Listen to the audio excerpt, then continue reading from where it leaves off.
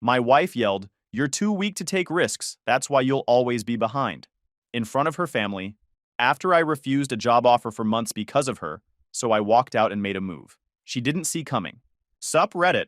So my wife tried to embarrass me at a family dinner, and by the time the check hit the table, my exit plan was already in motion. I, 35 male, have been married to Danielle, 30 female, for 6 years. Met through mutual friends at some forgettable party where she'd been the most confident person in the room, and I'd been impressed by that. Danielle was a senior accountant at a big financial firm, one of those people who always had an opinion and never second-guessed herself. I was doing pharmaceutical sales at my company, hitting my numbers, staying in my lane. Early on, her decisiveness felt like strength. She knew what restaurant to pick, what furniture to buy, how to handle everything while I focused on work. Took me years to realize she wasn't being helpful. She was being controlling. And by the time I figured it out, she'd spent half a decade convincing everyone around us, including me, that I needed her to function, that I was the weak one. That without her structure and management, I'd fall apart. I'd started believing it myself, until that dinner, when she said the quiet part out loud in front of 20 witnesses. Blackwood Grill was packed that Friday night. Overpriced steakhouse, exposed brick, those stupid Edison bulbs everywhere. $38 for a steak, and they act like they're doing charity work. We'd reserved the entire back section because Danielle's dad liked having space for his voice to carry. Should have known something was off the moment we walked in. Danielle had been cold all week. Short responses, eye rolls when I asked about her day. That heavy sigh whenever I entered a room like my presence was physically exhausting. I figured work stress. Audit season, long hours, corporate misery, whatever. Wrong. She'd been loading the gun all week, waiting for the perfect moment to pull the trigger in front of maximum witnesses. I was midway through my steak when Danielle's sister Lauren started talking about her recent promotion to regional manager. The whole table congratulated her. I raised my glass. Congrats, Lauren. Well deserved. She nodded. Thanks. Been grinding for years. Then Troy walked in. Late. As usual. Danielle's brother had this energy about him that made everyone instantly relax. Big dude. Former college linebacker build. Showed up wearing a Hawaiian shirt under a sport coat, because of course he did. Walked straight to her dad and gave him this elaborate handshake-hug combo that looked rehearsed. Happy birthday, old man. Sorry I'm late. Traffic was insane. He grabbed the empty seat next to me. Austin, my man. How's pharmaceutical slavery treating you? I couldn't help but grin. Same grind, different day. Living the dream, he said, grabbing a menu. Danielle's jaw tightened. Troy, you couldn't show up on time for Dad's birthday? This is exactly what I'm talking about. I'm here now, aren't I? He flagged down the server.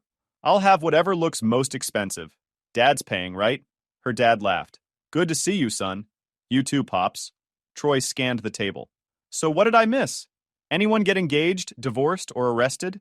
We were discussing career achievements, her mom said pointedly. Oh, perfect. My favorite topic. Troy leaned back. I'll go first. I successfully avoided getting fired for another year. Small victories. Danielle looked like she wanted to throw something. This is why nobody takes you seriously, Troy. You treat everything like a joke. Because most things are funny if you squint hard enough. He turned to me. Austin gets it. Right, buddy? Before I could respond, Lauren jumped back in. She wasn't finished basking. Troy, when are you going to get serious about your career? You're 32 and still working at that tiny medical sales company out west. Hey, I like tiny. Less drama, better people. He grinned. Plus, I don't have to wear real pants most days. That's worth at least 20 grand in salary difference. See? Danielle pointed at him like he was evidence in a trial. This is exactly the mentality I was telling Mom about. No ambition, no drive, just coasting through life making jokes while everyone else actually accomplishes something. The table went quiet, uncomfortable quiet. Troy just shrugged. I'm good at what I do. Pays decent.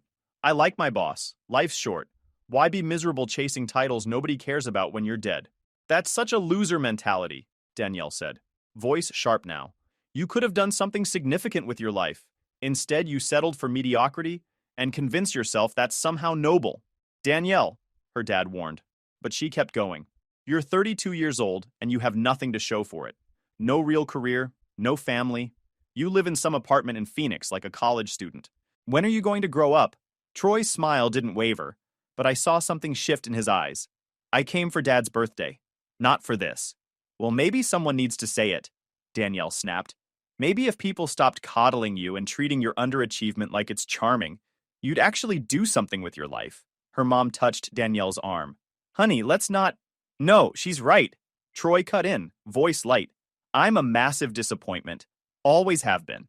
But hey, at least I'm a disappointment who showed up wearing a Hawaiian shirt to a steakhouse. Gotta commit to the bit. A few people laughed nervously. Danielle looked furious that he wouldn't take the bait seriously. Then Lauren turned to me with that look. The expression that says she's about to start trouble because she's bored. What about you, Austin? Still doing the same pharmaceutical sales thing? Yeah. Been with my company 5 years now. Good company.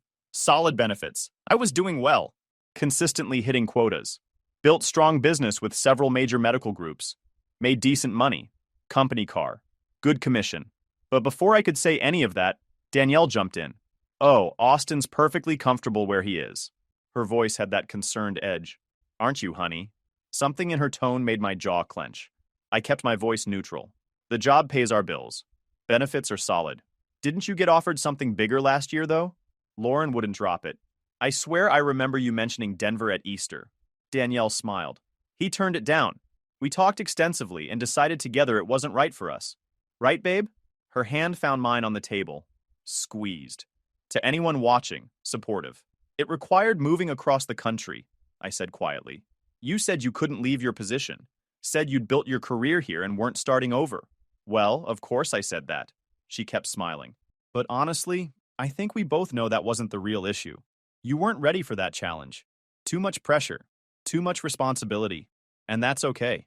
Some people are built for that environment, and some people aren't. The table went quiet. That's not really fair, I said. I'm not being unfair, sweetie. I'm being realistic.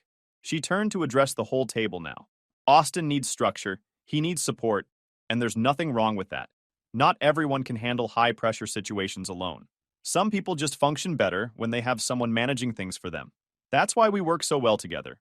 Her mom actually nodded sympathetically. I can handle pressure just fine, I said. Of course you can, honey. With support. Her thumb rubbed circles on my hand. But if you had taken that job, you would have been completely alone in a new city with no support system. No one to help navigate challenges. No safety net. And I think we both know how that would have ended. Her dad cleared his throat. Maybe we should order dessert. She kept going like he hadn't spoken. The truth is, Austin needs stability more than advancement. He needs someone to rely on. And honestly, if he ever did try to strike out completely on his own, she paused. Looked around the table with this sad, knowing expression. He'd struggle. Badly. And that's not me being mean. That's me being honest about who my husband actually is as a person. I could feel every eye on the table. The couple in the corner booth had stopped eating. The family behind us had gone silent. Even the server slowed down and veered away. You're saying I can't function without you, I said. I'm saying you function best with support. There's a difference. Her voice stayed gentle. If you walked out that door right now, packed your bags, and tried to make it completely alone, you'd be back within 2 weeks. Maybe less. Because that's just who you are fundamentally. She delivered it smiling, squeezing my hand supportively, making it sound like she was protecting me from my own limitations. Everyone at that table was looking at me with pity.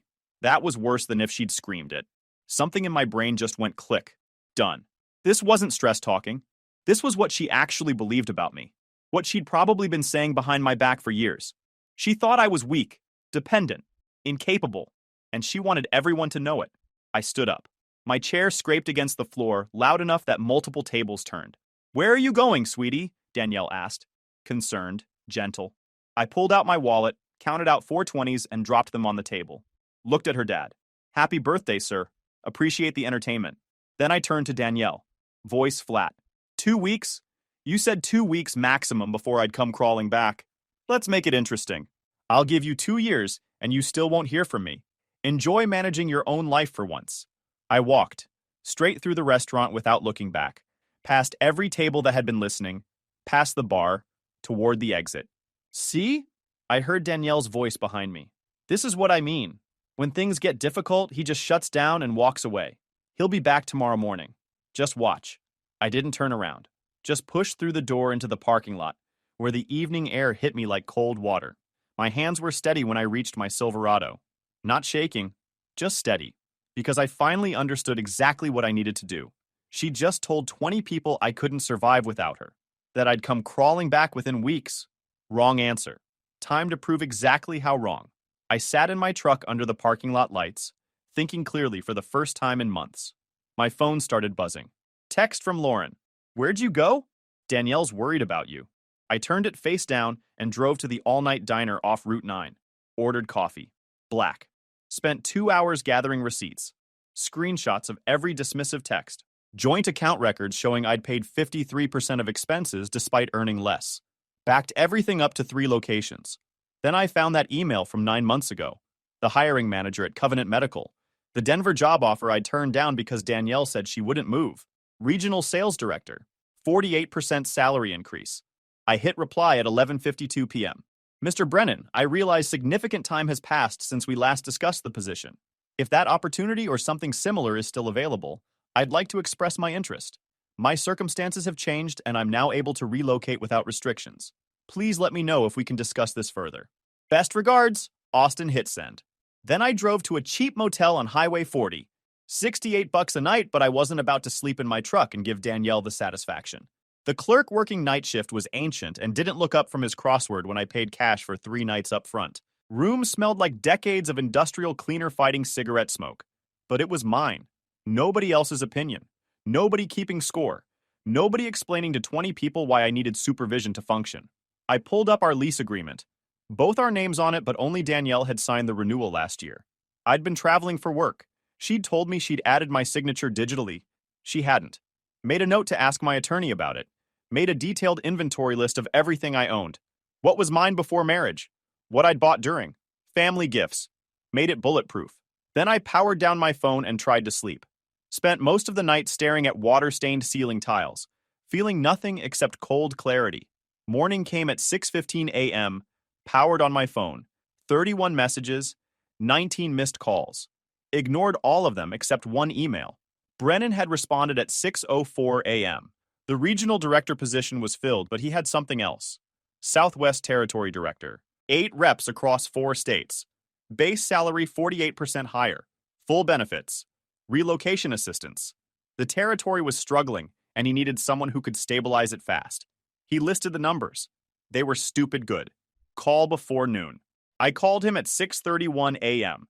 We talked for 43 minutes. When can you start? He asked. 2 weeks. Need to give proper notice and handle logistics. Welcome aboard, Austin. I hung up and just sat there for a minute. One phone call, and everything changed. Then Danielle called. I let it ring 3 times before answering. Where are you? She sounded annoyed. Not worried. Just annoyed I wasn't where I was supposed to be. A cheap motel off the highway. Room 23. Come by if you want your key. This is ridiculous. You need to come home right now so we can discuss last night like adults. Nothing to discuss. I was trying to help you see reality about your limitations. You're overreacting to honest feedback.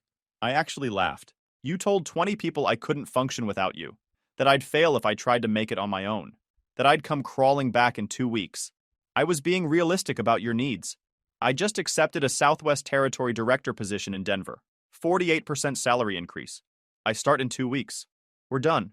Long silence. Then, you're lying to manipulate me into feeling guilty. Believe whatever makes you feel better. I'll pay my half of this month's rent. After that, figure it out yourself. You can't just abandon our lease. I'll report you for abandonment. Make this as difficult as possible legally. Interesting. Because I noticed you signed the renewal last year while I was traveling, but my signature isn't actually on there. You told me you'd added it digitally. Didn't happen. Should make for an interesting conversation with your attorney. Another silence. Longer this time. You wouldn't dare. Watch me. I've got an attorney meeting scheduled for Monday morning. 8 a.m. sharp. All my documentation is ready. Have a great weekend, Danielle. I hung up, blocked her number, felt nothing. My phone buzzed 30 seconds later. Text from an unknown number. Austin, it's Troy. Can we talk? Not about her. About something else. Call me when you can. Interesting. I called him back. Dude, that dinner was brutal. Troy's voice was casual but direct. Look, I know Danielle's my sister and all, but I was sitting there thinking, man, if someone talked to me like that in public, I'd be gone too. She crossed about 15 lines. Appreciate that. Here's the thing. I work medical sales out in Phoenix. Small company, but we've got solid connections. If you're serious about Denver, I know people out west. Hospital systems, equipment distributors. That whole world. Let me make some introductions. Could help you get established faster. He gave me 3 names. People in medical equipment distribution and hospital systems. Then added, oh, and before you ask, yeah, Danielle spent most of my life telling everyone I'm a failure because I didn't go corporate. Actually, funny timing. My company's in talks to get acquired by Covenant Medical. If that goes through, I might end up relocating to their Denver territory sometime in the next few months. So you moving to Denver and crushing it? That's gonna eat her alive. Which honestly makes me want to help even more. Appreciated, man. Seriously. No problem. Also, I'm actually in Phoenix near where you're headed. If you end up that direction, hit me up. We can grab food or whatever. And for the record, forget what she said about you needing management. Anyone who sat through that dinner without flipping the table has more self-control than I'd ever have. I thanked him again and hung up. The next few days moved fast. Saturday morning, I withdrew my half of our joint savings, $7,400. Opened a new account at a credit union across town. Rented a P.O. box. Filed change of address forms. Sunday morning, I went back to the townhouse while Danielle was at brunch with her mother and packed everything I owned in 4 trips. Took what was mine. Left everything else. Left my key on the counter. Left a check for half of September's rent. Left a note. Final rent payment. Future correspondence goes to my P.O. box. Good luck. Walked out at 1:47 p.m. Never looked back. Monday morning, 8 a.m. sharp, I met with my attorney. Local guy who'd handled my uncle's estate years back. Gave him the facts. Showed him my documentation. He looked at the forged lease signature and actually whistled. This is fraud. Clear cut. And it means that renewal isn't legally binding on you. If she tries to claim abandonment or force you to keep paying, this shuts that down immediately. You're not on the current lease at all. He made some notes. But she's going to fight you hard based on what you're describing. I'd expect her to drag this out. Make claims about abandonment, try for spousal support, contest asset division. Could take 4 to 6 months if she lawyers up properly. Maybe longer. How much? My retainer is $2,500 upfront. If she contests hard, another $3,000 to $4,000 over the next several months. Maybe more if it goes nuclear. That was a third of my savings. But staying married would cost more. Do it. File immediately. Where should she be served? Her office. During work hours. Thursday afternoon around 2:30. Maximum witnesses. He raised an eyebrow. That's legal, but aggressive. She humiliated me in front of 20 people at a steakhouse. Fair's fair. He nodded slowly. Understood. I'll arrange service for Thursday afternoon. Monday afternoon, I gave my notice at work. 2 weeks exactly like I'd promised Brennan. My manager actually looked disappointed. You've been one of my most consistent reps for 5 years. Can I make a counteroffer? No, but I appreciate you being a solid manager. Made the job worth showing up to. We shook hands. Done. Thursday afternoon, 2:47 p.m. My phone rang. Danielle's voice was shaking with rage. You had me served at my office, in front of my colleagues and the senior partners. Welcome to public humiliation. Hurts, doesn't it? This is insane. We can work through this like adults. We tried that. You spent 6 years telling me I was weak and incapable. Thursday night, you made it official in front of witnesses. Nothing left to work through. Fine. If that's how you want to play this, I'm contesting everything. Spousal support. Lease abandonment. I'm telling everyone you were financially abusive. My attorney says I have grounds to drag this out for 6 months minimum and bleed you dry. This is going to cost you everything. Looking forward to it, I said and hung up. She wasn't bluffing. Her attorney came back aggressive, contesting the divorce, claiming abandonment, requesting spousal support. For weeks, her attorney tried to bleed me with interrogatories and motions. My attorney kept me updated. Each call meant another few hundred disappearing. My last day at my old company was that second Friday. Final paycheck hit that afternoon. $4,100 after taxes. Combined with what was left after the retainer, I was sitting at $8,900 total. Enough to start over if I was smart about it. Saturday morning, I loaded my Silverado and started driving west. 14 hours to Denver with stops. Made it in one push because paying for hotels would drain cash I needed for security deposits. Hit the city limits at 11:47 p.m. Found a budget extended stay motel near Covenant headquarters. $49 a night if I paid weekly. Stale coffee in the lobby and questionable stains on the carpet, but it would work temporarily. Monday morning, 8 a.m. sharp, I showed up at Covenant Medical. Modern glass building. 7 stories. Brennan came down personally. Welcome aboard, Austin. Ready to fix a disaster? Orientation took most of the morning. After lunch, Brennan introduced me to my team. 8 sales reps across 4 states, mix of ages and backgrounds. Some looked skeptical. Third director in 18 months probably wasn't inspiring confidence. First 2 months were chaos. The territory was worse than Brennan had indicated. Client relationships damaged, 2 major accounts threatening to leave, 1 rep quit second week. That left me down a rep covering his accounts while working 70-hour weeks and living in a $49 motel. Meanwhile, Danielle's attorney kept pushing. My attorney's updates meant another few hundred disappearing each week. By month 2, I'd burned through $3,100 in legal fees. Savings down to $3,400. Eating protein bars for lunch. Skipping dinners. Then, a deal I'd been counting on fell through. Albuquerque Hospital System. 5 weeks building that relationship. They went with a competitor who undercut my pricing by 11%. Lost commission would have been around $4,200. Brennan called me in. Rough week? Yeah. You're doing the fundamentals right.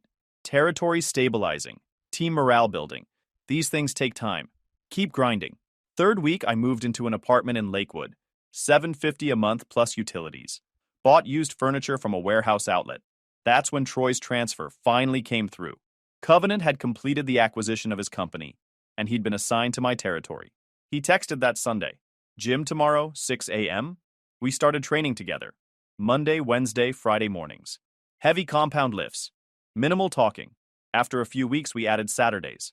After a month, we were grabbing food after sessions. Troy was straightforward.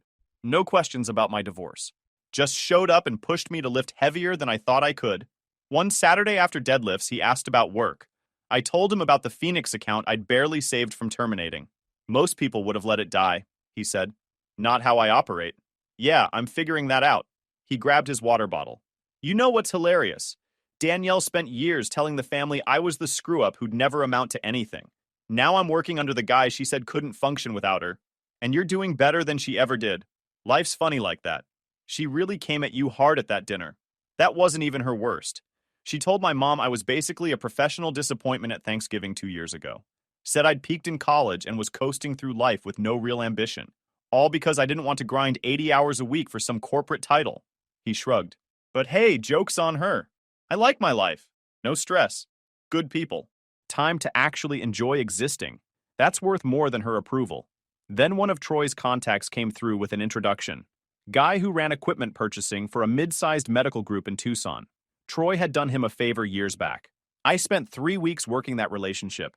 Multiple calls. 2 site visits on my own dime. Detailed proposals that I revised 4 times based on feedback. Finally closed it. 18-month contract. Nothing massive. $85,000 total. Commission of $2,800. Enough to breathe for the first time in months. Troy and I grabbed a steakhouse that night to celebrate. Halfway through his meal, he raised his water glass. To proving people wrong. I'll toast to that. You know what kills me? He leaned back. Danielle's probably losing her mind right now. Her supposedly helpless husband moved across the country, landed a better job, and is grinding his way back. Meanwhile, her so-called failure of a brother works for you and is doing just fine. That's gotta sting. Month 3 brought good news. My attorney called. Danielle's attorney is recommending settlement. They're not getting traction on spousal support. Your documentation is airtight. The forged lease signature makes abandonment claims shaky. Clean split, no support either direction if you waive the fraud claim. Take it. Month 4. The decree arrived. Clean split. Total legal costs, $6,800. Most of my initial savings gone, but I was free. Months 5 through 8 were steady grinding, territory improving, team morale building. Then month 5 brought the real breakthrough.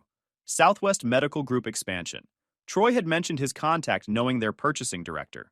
I'd been working that connection for 6 weeks. Multiple presentations. Site visits. Finally got it signed. 3-year deal worth $280,000. Commission of $9,400. First real money since leaving. Brennan congratulated me at the regional meeting. Austin turned a disaster around through consistent effort. That's real leadership. Month 6 brought a setback. Lost a Phoenix account I'd spent 2 months developing. Month 7 was grinding. Small wins. Minor losses. Then month 8 delivered. Phoenix Hospital System came back. New administration wasn't happy with their vendor. Reached out directly. 3 weeks of work, but I closed it. $340,000 contract. Commission of $11,500. Territory was performing. Numbers trending up. Troy and I were grabbing food after a Saturday morning workout when my phone buzzed. Text from an unknown number. Video attachment. Message just said, "Thought you might want to see this." I opened it. Phone video from Blackwood Grill. Someone had recorded from across the table. 3 minutes and 42 seconds of Danielle systematically explaining to 20 people why I was fundamentally weak and incapable. Every word dripping with that concerned, gentle condescension. You could even hear someone's uncomfortable laugh in the background. Brutal watching it from outside my own perspective. "What is it?" Troy asked. "Video from the night my ex humiliated me. Lauren just sent it." "Why would she send that?" I scrolled up to see if there were other messages I'd missed. Nothing. Just that one text with the video. Then I noticed another message had come through while I was watching. "Just wanted to make sure you remember what actually happened that night. In case you were starting to feel too good about yourself. You really think moving to Denver changes anything? You're still the same person who sat there and took it." I showed Troy. "That's messed up," he said. "What are you going to do?" "Nothing. She wants a reaction, not getting one." I forwarded the video to my phone's archive, blocked Lauren's number, and deleted the messages. Then I went back to my food. "That's it?" Troy asked. "What else is there? She's trying to make me feel bad about something that pushed me to make the best decision of my life. I'm not giving her that power." Troy nodded slowly. "Fair enough. And honestly, that video just proves you made the right call. Anyone who treats someone like that in public doesn't deserve a second of your time." 2 days later, her dad called about Lauren sending the video. He also mentioned Danielle was losing it about Troy working for me. "She's furious that her own brother chose you over her. Keeps saying Troy betrayed the family. Pretty pathetic, honestly. He didn't choose anything. We just work together and hit the gym sometimes." "I know. But in Danielle's head, everyone's either with her or against her. Troy being friends with you is the ultimate betrayal, especially since she spent years telling everyone he's a failure who'd never accomplish anything real. She really did a number on him. She did a number on both of you. But you're both better off now. Troy's always been a good kid. Just marches to his own beat. Danielle never could stand that about him. 10 months after leaving, I finally felt stable. Savings rebuilding, work solid, territory performing. Then Danielle moved to Denver. I found out when she showed up at a Covenant client meeting. Complete accident. She was there representing her firm's new Denver office, pitching accounting services to the same hospital system I was meeting with for equipment upgrades. The hospital administrator introduced everyone. When she got to Danielle, Danielle's face went pale. "You two know each other?" the administrator asked, picking up on the tension immediately. "We used to be married," I said. "Divorced about 6 months ago." "Oh." She looked uncomfortable. "This is awkward." "You. Only if we make it awkward," I said. "We're both professionals." The meeting continued. I presented Covenant's equipment proposal. Danielle presented Hartwell Financial's accounting proposal. Both solid presentations. But the administrator was clearly uncomfortable the entire time. After the meeting ended, Danielle tried to corner me in the parking lot. I got in my truck and left. That night, Troy called. "Want to grab food?" "Yeah. Need to tell you something anyway." We met at the usual place. I told him about running into Danielle at the client meeting. "She moved to Denver?" Troy looked genuinely surprised. "That's awkward. She said fresh start. I don't care either way. Just staying away from her. She doesn't know I work at Covenant, does she?" "Doubt it. You two talk?" "Not in 3 years. She made it clear I'm a disappointment to the family." Troy finished his meal. "Guess she's about to find out her failure of a younger brother is friends with her ex-husband. That should be entertaining. That gonna be a problem for you?" "Not even a little bit." He grinned. "Actually, I'm kind of looking forward to it. Years of her telling everyone I'm a loser who'll never accomplish anything real. Now I'm working for the guy she said couldn't survive without her. The irony's beautiful." 3 days later, the hospital administrator from that awkward meeting pulled me aside after a follow-up discussion. "I have to be honest with you. Her firm was already questionable for us. We'd heard concerning things about professional conduct issues from their previous office. Running into that awkward situation with your ex-wife doesn't help their case. We're going with a different accounting firm." "Understood. Appreciate the transparency." Then things got worse. Clients started calling. Danielle had been reaching out personally, not as her firm, using her personal email and phone, telling them I was unstable, that I'd abandoned my family, that I had anger issues, that they should be cautious working with me. One hospital administrator called directly. "Austin, I got a strange message from someone claiming to be your ex-wife. Said concerning things about your character and reliability. Wanted to hear your side?" I explained clearly. The public humiliation, the divorce, the fresh start. Showed him the decree. Offered references from Brennan and my previous manager. That's all I needed, he said. Sounds like bitterness. Thanks for being straightforward. We're good. But she'd contacted 4 other clients. Each one required damage control, documentation, rebuilding trust she'd tried to poison. Brennan found out after the 5th complaint, called me into his office. Your ex-wife is contacting our clients with false accusations. That's tortious interference and defamation. Want our legal team involved? I thought about it. Legal battle meant depositions, discovery, dragging clients into court, headlines, industry gossip. I was still proving myself here. No, not yet. She wants a reaction, wants this public and messy. I'll handle each client individually. Let my work speak for itself. If it escalates, we'll revisit. That's mature and probably the right call. But document everything, every contact, every message, every complaint. Build a file. If this continues, we're stepping in whether you want us to or not. I kept detailed records. Company legal sent Danielle a cease and desist the same week. Professional. Firm. Warning of legal action if interference continued. The messages stopped immediately. Then Brennan recommended me for the Southwest Medical Leadership Conference. Industry panel on sales strategies. Danielle had already registered as an attendee before the cease and desist arrived. Conference day. Massive venue downtown. Hundreds of industry professionals. The panel went smoothly. Good questions. Felt confident. Afterward, 15 people came up exchanging business cards. That evening at the networking reception, I was discussing a multi-facility equipment upgrade with 3 hospital administrators when Danielle approached. She looked flustered. Austin, she interrupted. Can we talk privately? I'm in the middle of something. Please, just 5 minutes. One of the administrators looked uncomfortable. I excused myself. What do you want? I want to understand why everything fell apart for me while everything worked out for you. You humiliated me publicly. That had consequences. I've lost everything. My position is shaky. I can't land accounts. I'm barely making rent. Meanwhile, you're speaking on panels and everyone respects you. I spent a year rebuilding a failing territory through 70-hour weeks. You're struggling because your behavior caught up with you. Those aren't connected. I can't move forward when you're everywhere. Then leave. Nobody's forcing you to stay. Her eyes filled with tears. I thought moving here would give me a fresh start. Instead, everyone already knows. Small industry. People talk. Maybe they heard about that dinner. Maybe they heard about you contacting my clients with false accusations. Either way, not my problem. Troy appeared next to me. He'd come straight from work at my invitation. Looked at me, then at Danielle. Took about 2 seconds to assess the situation. Ready? He asked. Danielle stared at him. Her face went white. Troy, what are you doing here? Working, same as you. His voice was flat. No warmth. You work with him? She looked between us. Since when? Since his company got acquired, and I transferred over about 8 months ago. Good boss. Better than the last 3. Her mouth opened, closed. You knew about the divorce and you didn't tell me? You haven't called me in 3 years, Danielle. Not my job to keep you updated on my life. But you're friends with him. The realization was hitting her in waves. You're actually friends with Austin? Yeah. Problem. After everything I told the family about him? You mean after that dinner where you humiliated him in front of 20 people? Troy's voice stayed level. I was there, remember? Heard every word. Watched you tear him down while holding his hand and smiling. Pretty clear who the problem was in that marriage. You were supposed to be on my side. You're my brother. And you spent most of my life telling everyone I was a failure. That I settled for mediocrity. That I'd never accomplish anything real. Remember Thanksgiving 2 years ago? You told Mom I peaked in college. So forgive me if I don't feel particularly loyal right now. Danielle's face crumbled. Troy, We're leaving. Troy looked at me.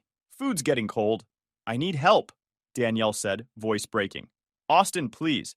I need a fresh start. Maybe you could put in a word for me with some clients. Recommend my firm. I looked at her for a long moment.